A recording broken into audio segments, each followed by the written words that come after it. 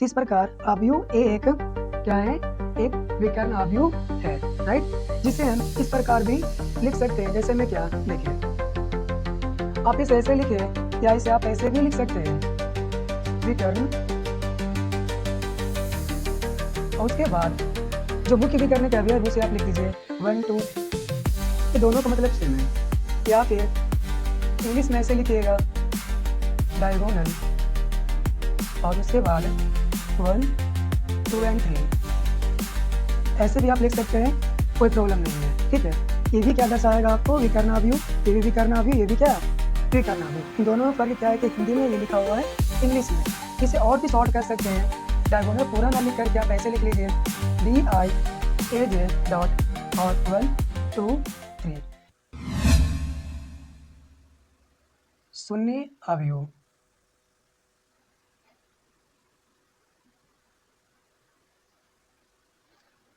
या इसका एक और नाम है जिसे कहते हैं रिक्त अवयव,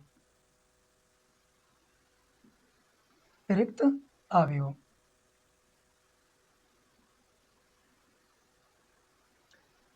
शून्य अवयव या फिर रिक्त अवयव एक ही बात है। चलिए इस इंग्लिश में कहते हैं शून्य अवयव, इंग्लिश में बोलेंगे जीरो मैट्रिक्स, जीरो मैट्रिक्स। और रिक्त अवयव को बोलेंगे नल मैट्रिक्स, नल मैट्रिक्स। इस प्रकार सर ये क्या है सर जी, क्या है रिक्त अवयव या फिर क्या है शून्य अवयव? तो बड़ा ही आसान है। वैसा अवयव जिसके प्रत्येक अवयव शून्य हो उसे कहते हैं शून्य अवयव। बस इतना सर? हाँ जी सर, बस इतना सा। आपको बस ये चेक करना है कि दिए गए अवयवों के प्रत्येक अवयव शून्य है क्या। अगर प्रत्येक अवयव शून्य है तो उस अवयव को हम कह सकते हैं कि यह एक शून्य अवयव है। जी सर जी। तीसरा परिभाषा पर आ जाइए। देखिए लिखेंगे यहाँ पे वैसे अवयव, वैसे अवयव जिसके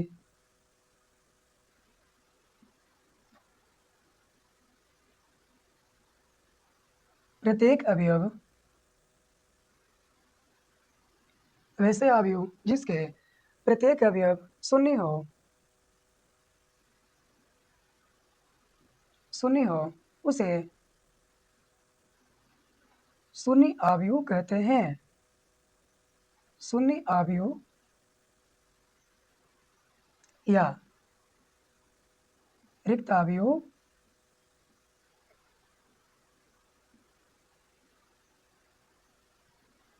कहते हैं।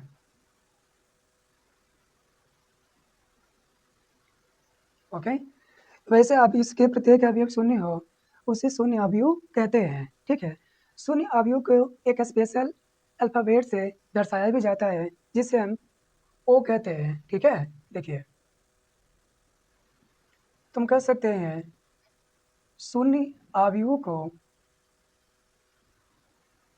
शून्य अवयव को ओ से, क्या सर जी, ओ से सूचित करते हैं, ओ से सूचित करते हैं। इस प्रकार, राइट। और इसे आप इस प्रकार भी कह सकते हैं, अर्थात में, अर्थात अवयव ए बराबर AIJ of order M cross N, right, जहाँ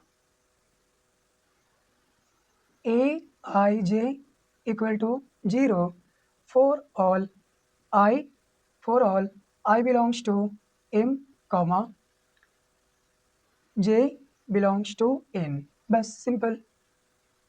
इसका मतलब क्या कि प्रत्येक अवयव शून्य होने चाहिए, प्रत्येक अवयव अवयव के शून्य होने चाहिए भाई साहब, ठीक है। तो वैसे अवयव क्या कहेंगे, शून्य अवयव, राइट। इसमें ऑर्डर मैटर नहीं करता, इसमें कोटि से कोई फर्क नहीं पड़ता, कोटि कुछ भी हो कोई फर्क नहीं पड़ता। बस आपको ये चेक करना है प्रत्येक अवयव शून्य है या नहीं है। अगर है तो भैया शून्य अवयव कह सकते हैं, कोई प्रॉब्लम नहीं है, कोटि कुछ भी रहे, ठीक है। और ये क्या है, यदि आपको नहीं मालूम तो इसे इंग्लिश में कहते हैं for all, for all, right. Hindi में कहते हैं सभी के लिए, सभी के लिए सिंपल मतलब क्या, जितने भी आई है मतलब कि जितने भी यहाँ पर पंक्ति है, जितने भी स्तंभ है, सभी के लिए 0 होना चाहिए। बस ये आपसे कहा गया है। तो ये था आपका शून्य अवयव। सातवां क्या है? विकर्ण अवयव। विकर्ण अवयव, ओके।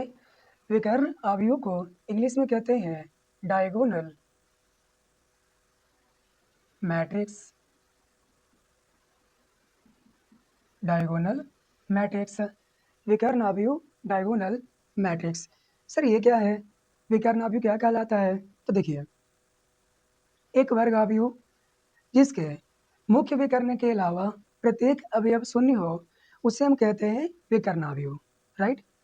तो आपको इसके पहले के लेक्चर में सिखाया गया है, यदि किसी अवयव का विकर्ण का बात किया जा रहा है तो पक्का है कि वह एक वर्ग अवयव होना ही चाहिए, क्योंकि बिना वर्ग अवयव हुए हम विकर्ण का बात ही नहीं कर सकते, ठीक है। इसलिए इसमें आप परिभाषा इस प्रकार से दे सकते हैं, जैसे में क्या, देखिए, कह सकते हैं एक वर्ग अवयव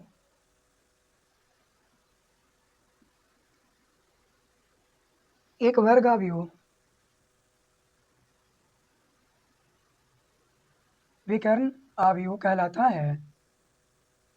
एक वर्ग अवयव विकर्ण अवयव कहलाता है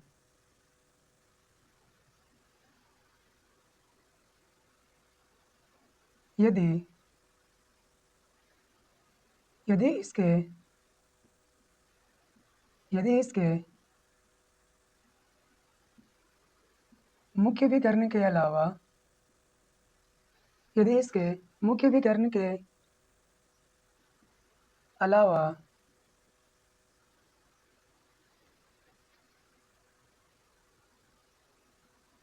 सभी अवयव शून्य हो।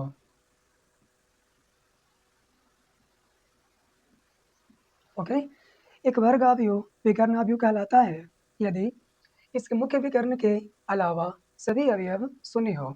मुख्य विकर्ण के अतिरिक्त सभी अवयव क्या हो? शून्य हो। तो उसे हम कहेंगे विकर्ण अवयव। इसे आप इस प्रकार भी लिख सकते हैं, जैसे में अर्थात में लिखिएगा, अर्थात अवयव ए बराबर A I J of order M cross N. हालांकि एम क्रॉस एन भी कहना सही नहीं रहेगा, आप चाहो तो एम क्रॉस एम कह लीजिए, क्योंकि वर्ग अवयव होना बहुत जरूरी है, तभी तभी करना संभव इसका हो पाएगा, ठीक है। तो ए बराबर A I J of order M cross M, जहाँ जहाँ क्या, ए I J will be 0। A I J 0 होगा कब? ए आई जे 0 जहाँ A I J 0 for all I is not equal to J. वो सारे अवयव 0 होने चाहिए जिसके पंक्ति की संख्या स्तंभ की संख्या बराबर नहीं है, ठीक है। किस पे स्ट्रेस दिया जा रहा है आपको? कि वो सारे अवयव शून्य होने चाहिए जो जिस अवयव के, अगर हम बात करें पंक्ति और स्तंभ का, तो पंक्ति और स्तंभ के बराबर, पंक्ति स्तंभ के बराबर ना हो तो सारे अवयव 0 होने चाहिए। और हम जानते हैं कि मुख्य विकर्ण का प्रत्येक अवयव का पंक्ति की संख्या स्तंभों की संख्या के बराबर होता है। इसलिए ये जो आप शब्दों में लिखे हैं उसे एक शॉर्ट वर्जन में ये लिखा गया है ना, कि एक अवयव ए है, उसके सभी अवयव शून्य होने चाहिए कब?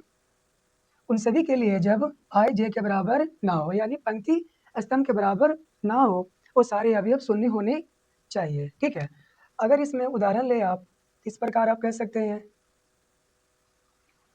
उदाहरण अवयव ए, मैंने इस प्रकार कहा वर्ग तो होना बहुत जरूरी है, तो मैंने लिखा 1 0 0 0 2 0 0 0 एंड 3। क्या है ऑर्डर इसका? कोटि क्या है? 3 क्रॉस 3 है। अब ध्यान दीजिए, परिभाषा कहा या फिर ये जो लिखे हैं लाइन अप, इसने भी यही कहा है कि यदि आई जे के बराबर नहीं है तो उसको छोड़ के सारे अवयव आई जे के बराबर अगर नहीं है तो सारे अवयव क्या होने चाहिए? शून्य होने चाहिए। देखिए, इसमें आई जे के बराबर है ना, ये मुख्य विकर्ण है। तो मुख्य विकर्ण के अलावा सारे अवयव शून्य होने चाहिए।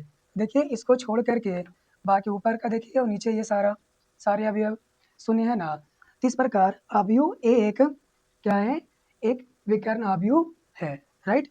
जिसे हम इस प्रकार भी लिख सकते हैं, जैसे में क्या देखिए, आप इसे ऐसे लिखिए या इसे आप ऐसे भी लिख सकते हैं, विकर्ण, और उसके बाद जो मुख्य विकर्ण के अवयव उसे आप लिख दीजिए 1 2 3। ये दोनों का मतलब सेम है। या फिर इंग्लिश में ऐसे लिखिएगा डायगोनल, और उसके बाद 1 2 एंड 3। ऐसे भी आप लिख सकते हैं, कोई प्रॉब्लम नहीं है, ठीक है। ये भी क्या दर्शाएगा आपको, विकर्णावयव, ये भी विकर्णावयव, ये भी क्या विकर्णावयव। इन दोनों में फ़र्क क्या है कि हिंदी में ये लिखा हुआ है, इंग्लिश में। इसे और भी शॉर्ट कर सकते हैं, डायगोनल पूरा ना लिख करके आप ऐसे लिख लीजिए DIAJ डॉट और 1 2 3। इन सभी एक ही अवयव को दर्शा रहा है, इसमें कोई फर्क नहीं है, इसका मतलब सभी का समान है, राइट। इस प्रकार से ये सारे क्या है, विकर्णावयव है। यदि हम एक उदाहरण आपको और दें, जैसे में क्या, ध्यान दीजिएगा, अवयव बी लिए और इसमें हम लिखे 0 0 0। सारे अवयव मैंने 0 फिल किया। अब जरा सोचिए, इसमें क्या ये विकर्णावयव कहला सकता है क्या? क्या अवयव बी एक विकर्णावयव है? तो सोचिए एक बार। परिभाषा में क्या कहा आपसे?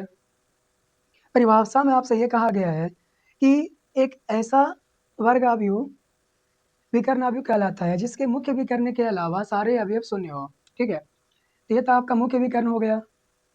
इसके अलावा सारा 0 है क्या? है ना? इसके अलावा सारे के सारे अवयव शून्य है क्या?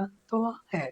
यदि है तो अवयव बी को भी हम कह सकते हैं विकर्णावयव है, क्योंकि इसने इस बात को ज़्यादा स्ट्रेस दिया है, इस बात पे ज़्यादा स्ट्रेस दिया है कि मुख्य विकर्ण के अलावा सारे अवयव शून्य है क्या? तो वो है। बाकी मुख्य विकर्ण कुछ भी हो, इसको फ़र्क नहीं पड़ता, ठीक है। मुख्य विकर्ण के अलावा सारा 0 है तो ठीक है, और मुख्य विकर्ण में क्या है, उससे फ़र्क नहीं पड़ता। अब सभी मुख्य विकर्ण के प्रत्येक अवयव सुन ले लिए, कोई प्रॉब्लम नहीं है। इसे भी हम मुख्य विकर्ण, इसे भी हम विकर्णावयव कह सकते हैं, कोई प्रॉब्लम नहीं है।